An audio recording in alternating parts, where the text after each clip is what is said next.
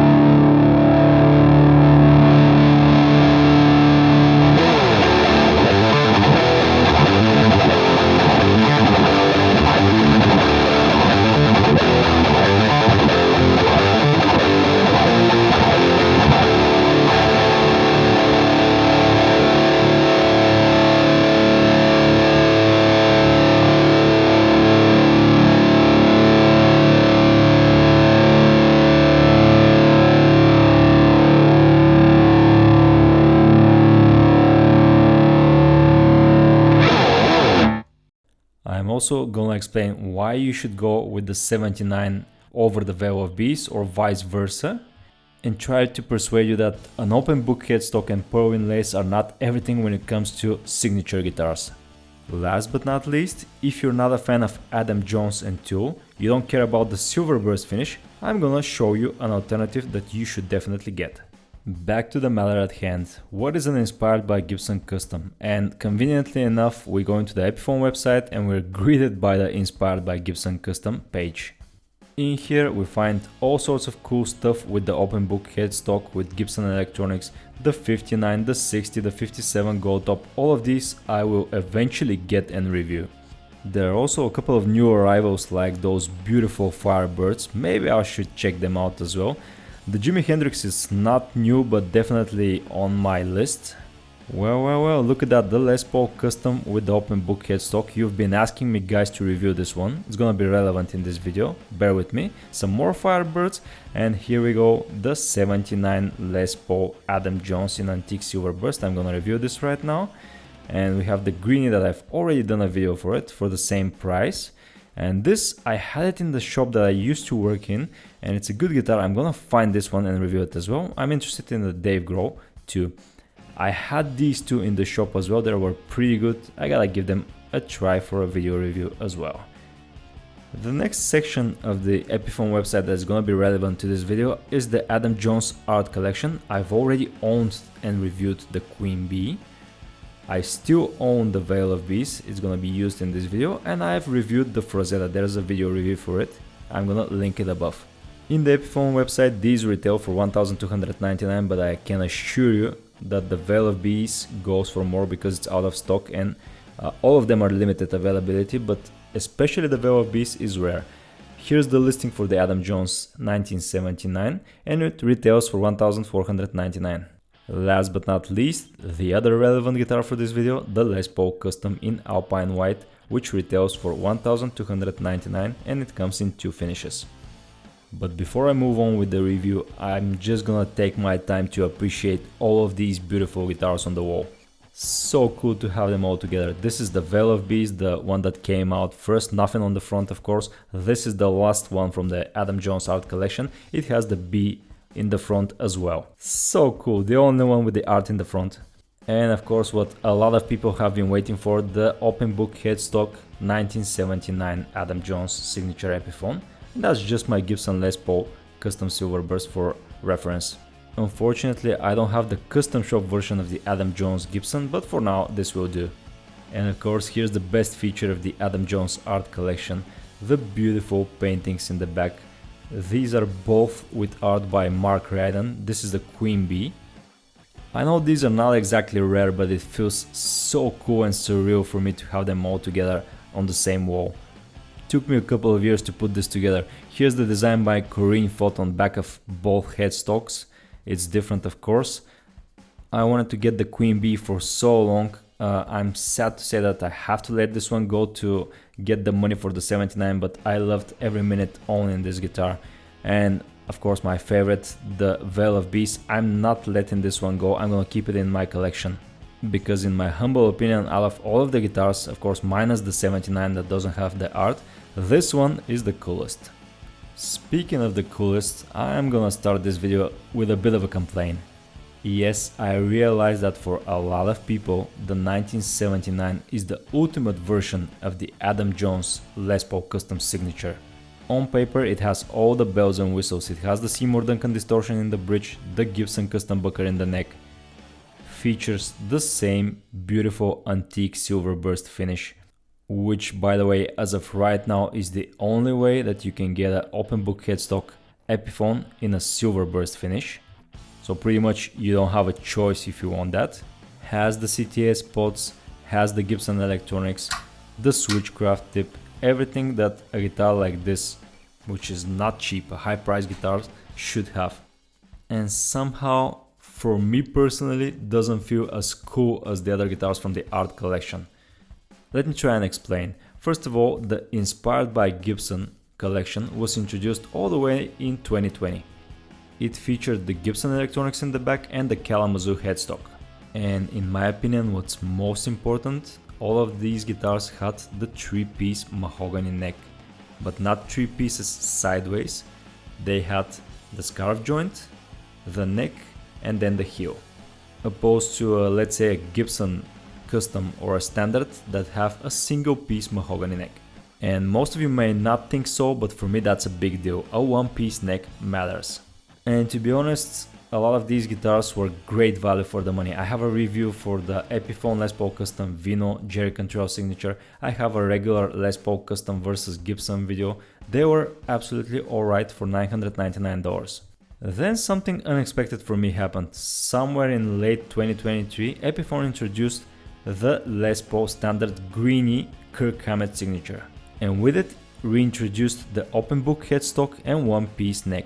Somewhere around the same time, the Adam Jones art collection was reaching its end cycle. The last guitars were introduced. They still had the Kalamazoo headstock though. The prices were going crazy. $1,300, $1,500. These were no longer affordable Epiphones. A year before Greeny was introduced, I was speculating that someday Epiphone would introduce an Adam Jones signature without the art on the back, just a plain Silverburst, and it's gonna be a huge hit. I wasn't expecting it to have the open book headstock, pearl inlays and Gibson pickup though. And here's the catch, as the 1979 was introduced, it was supposed to be the ultimate Les Paul custom. But I think Epiphone made a couple of mistakes, same as they did with the art collection. The first mistake they made, I think, is the timing, because the art collection lifespan showed that people were willing to buy the first 3 or maybe 4 guitars, and then sales started to slow down. These guitars were available everywhere, even though they were limited to 800 each. And yeah, I'm calling it a mistake because I see the 79 being available everywhere, not being out of stock that often. And if you remember, when the Veil of Beast was introduced, there was a huge demand. It was flying off the shelves. It was not readily available. The 79 being everywhere and available shows that the demand is no longer that huge. The second mistake, and this one is hard to call a mistake because it's a huge hit for Epiphone, is that almost at the same time they've released the Epiphone Les Paul Custom, the regular one, inspired by Gibson Custom, in Alpine White and Ebony. So if you wanted a Les Paul Custom with the open book headstock, you're no longer limited to the Adam Jones 1979. I know, it's good to have choice. You're supposed to give your customers choice, but I think with those 2 steps they take, the art collection just finishing its lifespan and the release of the regular inspired by Gibson Custom Les Paul Custom, they've crippled the sales for the 1979. And last but not least, I love Adam Jones, but I think there are way too many models for an artist that is not too relevant these days. On the other hand, it was kind of clever on Epiphone's behalf to release Greenie and the 79 to sort of test the ground of how people would react to the return of the open book headstock, which was first introduced in an Epiphone guitar. So we have a lot of choices available, and which one you should go for is determined by the specs you're looking for and the price. At the end of this video, I'm gonna give you a couple of pointers of which one you should go for. First, let's start with the specs of the Adam Jones 1979, and these are the official photos in the Epiphone website. A beautiful guitar in person, the pearl inlays look amazing, the art on the back of the headstock is cool as well, and this mirror is pretty cool. I'm gonna show you some shots with it. All of the Adam Jones Epiphones feature this chainsaw late 70s case. Other things that are notable here, we have mahogany body, maple top, 3-piece maple neck, antique Silverburst finish, and the price of around $1,500. And here is the official listing. You can pause and read it at any time. Of course, as usual, I am gonna be as thorough as possible, so I'm gonna give you the specs on screen. We have a Les Paul body, 7-ply binding for the front, mahogany body of course, the Adam Jones custom neck profile. We have medium 18% nickel silver frets, mother of pearl inlays, 3-piece maple neck, ebony fingerboard, 22 frets. The hardware, nothing that exciting about it, like on most Epiphones. Then we have the electronics. We have the custom Booker reverse mounted Gibson pickup, Seymour Duncan distortion for the neck, and the CTS pots on the back. Here we have the chainsaw case and 2-inch convex mirror included in it. I'm not gonna go too much into detail about the differences between the Veil of Beast and the 79. I've already demonstrated this guitar in a separate video. I'm gonna link it in the description. I'm just gonna put a fresh set of regular slinky Ernie balls, do similar setup on both guitars, and take a little bit of care about oiling the fingerboard on this one and measure the neck again to compare it against the 79. Both guitars will have string action of 175 for the 6th string 12th fret, 150 for the 1st string 12th fret, and for the pickups I'm gonna use the recommended high for Les Paul pickups, 332 for the 6th string and 116 for the 1st. I'm gonna do the same for the neck pickups and match the setup on the 79. I have just removed the stock strings, and before oiling the fingerboard I want to show you guys something. This is exactly how the guitar came from the factory. Check out the glue and look at that crack on the ebony fingerboard. It spans roughly from the 12th to the 20th fret. Now this is purely cosmetic, it doesn't affect playability. How did this happen? At first I thought that it was because the guitar was hanging on a shop wall without fingerboard oil being applied. Here's the thing, ebony is a hard wood and the temperature in the shop changes from winter to summer, for example.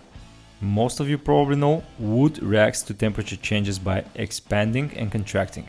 This results in small movements, and especially here where the neck joint is. This is why the ebony, being the harder wood, doesn't move with the rest of the guitar and cracks.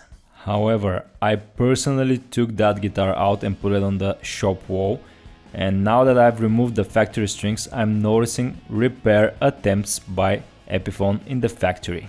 This means that the cracks started to form all the way back when the guitar was made, and a repair was attempted with glue. It wasn't that much noticeable at first when I took the guitar out of the case like a year ago, but right now, because oil was not applied, the problem starts to show. At first I was kind of disappointed because the art collection didn't have these problems, at least not cracked fingerboards, stuff like that. The binding was okay. But let me show you the stock pictures for this guitar in the Epiphone website. The condition of the binding, the fingerboard, glue, nut, etc, etc. Look at the nut and tell me I'm crazy, please. Let me zoom it a little bit for you. Now you see it? Does this seem like a job well done to you? That is also an official photo from the Epiphone website. Check out the binding and the fingerboard on the last frets. Is that okay? The Veil of Beast, the Queen Bee, the Frazetta were all flawless. How couldn't they do the same for the 79?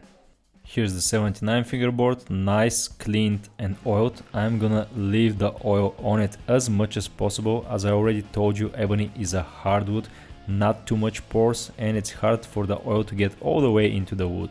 This crack is gonna be just fine as long as you oil the fingerboard once or twice a year. Here's that factory crack under the sunlight. It's not as bad as it looks. It's gonna be just fine. It's not gonna continue spreading and doesn't catch my finger when I drag my fingernail like that, so it's not gonna affect your bends. Pretty sure a lot of guitars have this, you just haven't noticed. Here's what's under that neck reversed custom bucker. AJ's initials, Adam Jones. And if you look closely from certain angles, here you go, you can notice that it is a long neck tenon. The Gavit conductor wire on that custom bucker is pretty short though, so I'm not risking scratching the top. I've put this like that. Still, we can have a look. We have the custom bucker written here on the label, patent apply for sticker and the date. It is reverse mounted on the guitar just like Adam Jones prefers on his. Here's what the pickup ring looks like and the screws for it are here.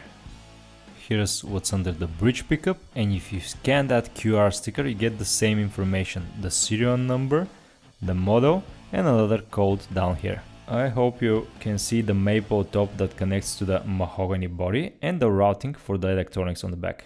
And here's what's interesting, if this was a regular Silverburst, the paint under here would be silver, not greenish, but since this guitar is antique Silverburst, it was painted to look like that from the start. It's not the nitro getting yellow, it's the paint. Because you probably know that it's the nitro finish that gets yellow, not the paint under it. At least with Gibsons, but that's an Epiphone and it has poly finish. This is the Seymour Duncan distortion, the usual designation SH6B and the date on it. Seymour Duncan logo on the bottom, Seymour Duncan on the top, open coil. The usual control scheme for a Les Paul, a 3-way switch with a chrome tip, black speed knobs with dial pointers or thumb bleeders. Nice and simple. The Seymour Duncan distortion measures at 16.11 k ohms. Switching over to that reverse mounted custom bucker at 804. Typical readings for a PAF pickup. Middle position 536. Now let's check out the VLFBs. Similar reading for the Seymour Duncan distortion on the VLFBs, 16.12, as you can see that's the guitar. What's surprising is the Pro Bucker custom in the neck position measures way hotter at 1182. I didn't expect it, it's quite the difference between the custom bucker on that and the Pro Bucker custom here. I will do an audio comparison later, but for now, middle position 681.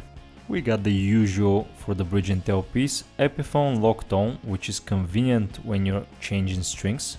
But honestly, I would rather have better hardware instead of pearl inlays and Gibson headstock. Schaller, Goto, Tone Pro would do better here, and Epiphone had done it for other models in the past. Here's the difference between my 2013 Gibson Les Paul Custom Silverburst. As you can see, it hasn't turned green as the antique Silverburst, but after all, the 79 is supposed to be a much older guitar, so it's expected for a Silverburst to turn greener like that. As you can see, the drop shape of the Silverburst is different as well.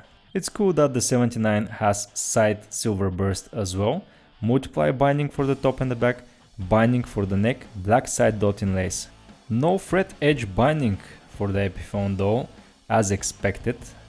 The nut, I'm not gonna comment too much on this. I'm yet to see an Epiphone with a properly cut nut. You saw the stock photos on Epiphone's website. It has the open book headstock, but still has the 3 screws truss rod. Interestingly enough, doesn't say in the specs what these tuners are. Vintage style chrome it says. Anyway, open book headstock, Kalamazoo headstock, and on the Gibson, again, we have the open book headstock. And here's the 2 screws bell for the truss rod on a Gibson. As promised, here's the difference between the binding on the neck on the Epiphone and the Gibson Les Paul Custom that has fret nips or fret edge binding. And the binding has started to yellow on my Gibson, the nitro on it as well. 43mm or 1.68 inch on the Adam Jones 79. The 5th fret is at 47.5mm or 1.87 inch. The 12th fret is at 53mm or 2.08 inches. Thickness of the neck at the first fret 20.8mm or 0.81 inch. Thickness at the 5th fret 22.5mm or 0.88 inch. Thickness at the 12th fret 25mm or 0.98, almost an inch. The usual fingerboard radius of 12 inches and 24.75 inch scale length. This is what the neck profile on the 79 looks like. I'm gonna compare it to the VLF-Bs a bit later on. This is what they call an Adam Jones custom neck profile. Seems a bit flatter near the 12th fret. And now I'm gonna compare the neck on the 79 to the neck of the VLF-Bs, which I love. VLF-Bs 43mm on the first fret, not 1.69 inch. The 5th fret is at 47.7mm or 1.87 inch. The 12th fret is a bit wider at 53.5mm or 2.10 inches. Thickness at the first fret 20.3mm or a bit thinner than the 79. Thickness at the 5th fret 22mm or 0.86 inch. Thickness at the 12th fret a bit thinner at 24.5, pretty similar to the 79. Here's what the neck profile on the VLF-Bs looks like, similar to the 79 that we saw. Electronic compartment and truss rod cover screws still seem to be a challenge for the Chinese factory. Yeah, I know, it's not a big deal, right? It's not like I paid over $1.50 for this guitar. Am I asking for too much? Anyway, here's what the truss rod cover looks like, 2-ply, and here are 2 spots where the mold used to go for the plastic, I guess. Here's the open book headstock on the 79 compared to my Les Paul Custom Silverburst. I can't complain from the Epiphone, but you can clearly see the difference between the mother of pearl on the Gibson and on the Epiphone. At least I hope you can see it, and I definitely prefer the tulip tuner knobs compared to the Adam Jones ones. I'm not gonna compare fingerboards though, rich light on my Gibson. Now the thickness on the 79, 50.7mm, or that's a little over 2 inches. Pickup spacing of 57mm, and I'm gonna show you the difference with the Gibson in a minute. First let's check out the VLF-Bs. A little thicker at 52.4 at the body, and I can definitely feel a difference between both guitars, the VLF-Bs and the 79. I think the VLF-Bs is considerably heavier. Also, this was made 5 years ago, and you can see that the binding is getting yellower. About the same pickup spacing for the VLF-Bs. Now that's interesting, my Silverburst Gibson Les Paul is even thicker at 53.6mm, and as you can see, that's the Imperial spacing, 60mm between the pickups. These are 57. Keep in mind that Gibsons and Epiphones have different spacings and bridges. Here's the back of it and the 3-way switch compartment, and my bad, the specs don't specify that this is a switchcraft. We have CTS 500K pods, as every inspired by Gibson Epiphone. Quick connect for the Seymour Duncan, I think, and we have the orange drop capacitors in here as well. Pretty much the same as the VLF-Bs.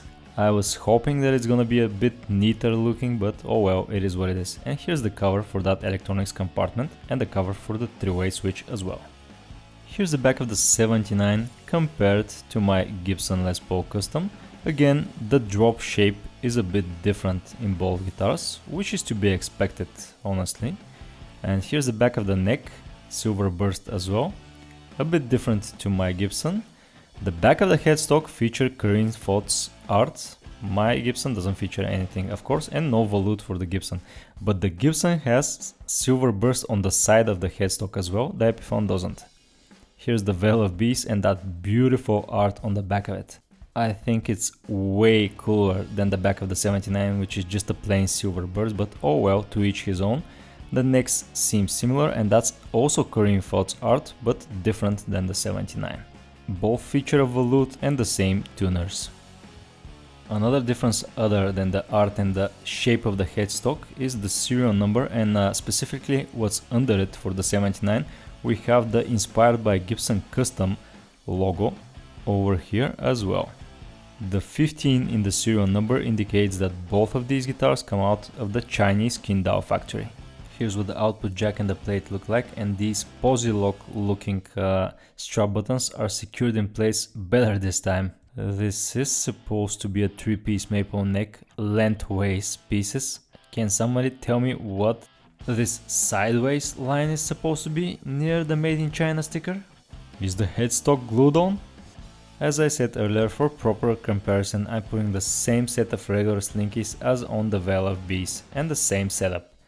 I'm gonna put some tune-it paste for the nut to improve tuning stability, and here's what the case looks like. It's the same chainsaw case like the art collection used to have and still has actually, and it's supposed to imitate the cases from the 80s and late 70s. To be honest, it's a bit bulkier for my tastes. Regular Les Paul cases are better. A better look at that case. We have the Epiphone logo on top, one locking latch, sturdy handle. We have a label here, another latch, one down here, a lot of support for the underside, and some for the backside where the hinges are as well. Black lining on the inside, shaped perfectly for the Les Paul. It's a perfect fit this case. And here's a compartment for accessories, Epiphone logo here as well, made in China. And I've showed you these stickers on almost every Epiphone I've reviewed lately, so I'm not gonna go through them again. Some silica gel, and this is the key for the locking latch that's located here on the case. I think Epiphone figured that they've lost some of the coolness by not including the art on the back of the guitars, so they've put this convex mirror, which is pretty cool to be honest. Time to confirm my suspicion. The VLF-Bs is at 4,345 grams or 9.57 pounds. Yeah, considerably lighter at 8.67 pounds for the 79. Will this affect the tone in any way? I'm gonna compare the 79, the VLF-Bs and the Les Paul Custom inspired by Gibson Custom. Pay attention to the headstocks to tell them apart.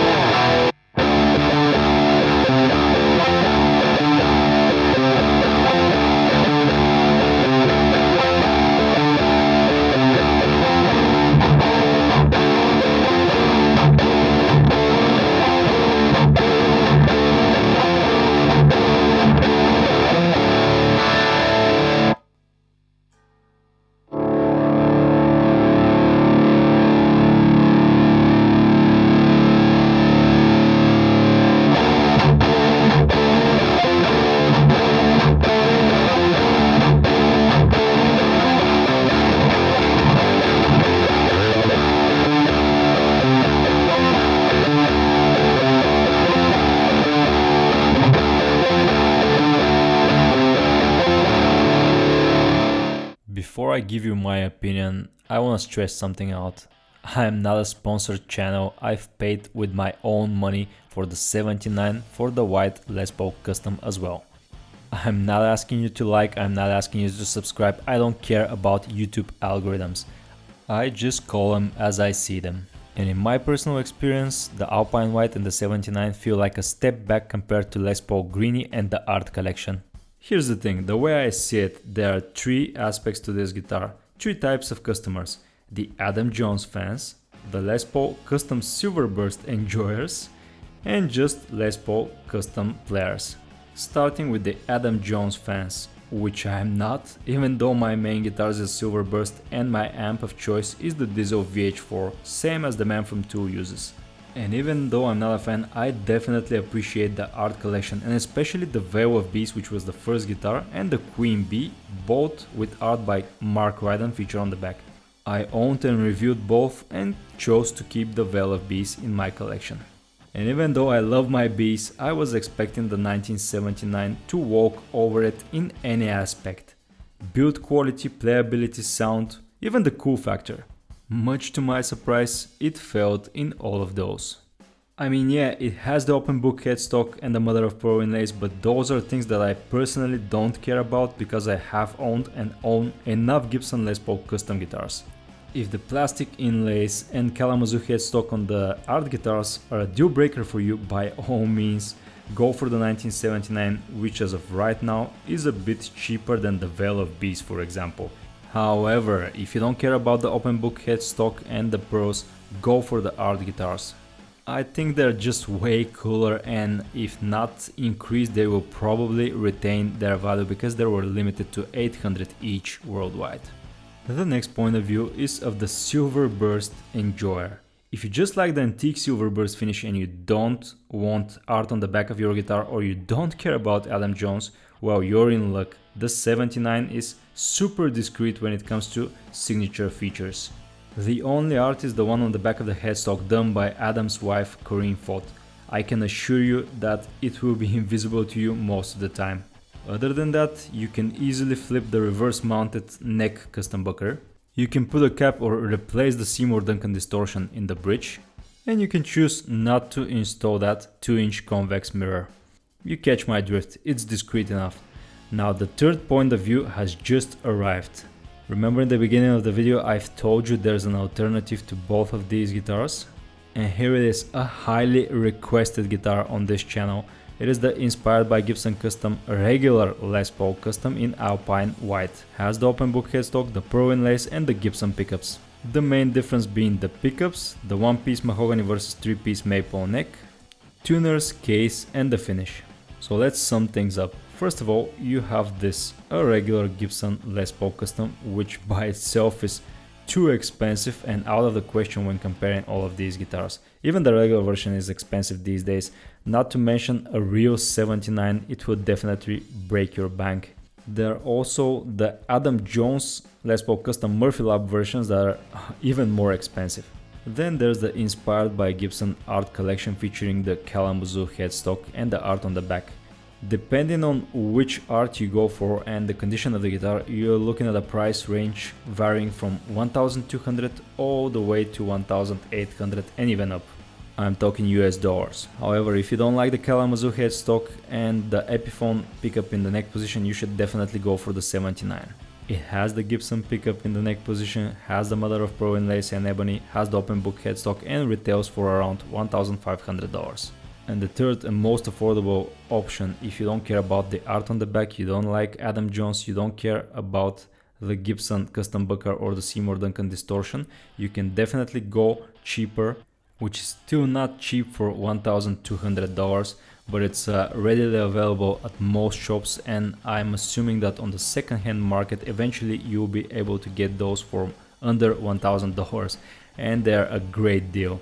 Yes, they are different. The inspired by Gibson custom Alpine White doesn't have the same tuners, doesn't have the custom bucker in the neck or the Seymour Duncan distortion, but those are the Gibson Les Paul custom pickups, which are still good enough. Has the beautiful ebony board with mother of pearl inlays, but this has a one-piece mahogany neck, this has 3-piece maple. Keep those differences in mind and choose wisely. This also comes in the classic ebony finish. If you like Silverburst, get this one. I have a video coming up which is long overdue. I'm gonna compare this Alpine White to the Gibson Les Paul Custom. It was requested by a lot of you guys and I'm finally gonna do it. I did it with the regular Les Paul Custom and a Gibson Custom and you loved the video, so I'm gonna do it again with these two. Just like most people, I'm not too happy that Epiphone are getting more and more expensive, but you gotta give them some credit. They're making a big comeback to their previous glory from the 90s. Some of their guitars back then were made in the Japanese and Korean factories and also featured the open book headstock. Even though they're made in China these days, they're getting better and better and you're getting more and more for your money. And to be honest, I was kind of getting used to the Kalamazoo headstock. I definitely didn't mind it. I was kind of upset that the newly released Epiphone Widows also have the Kalamazoo headstock. I think they should have had the open book, but nevertheless, I like both styles of headstocks. For the Adam Jones collection, I definitely don't mind the Kalamazoo headstock. I love it on the Veil of Bees. I think all of the viewpoints that I gave you should be enough for you to make a choice. Whichever one you go for, the 79, the Art Collection, or even dish out the money for a Gibson, you can't go wrong. All of these guitars are great value for the money. I just wish they were a little bit better.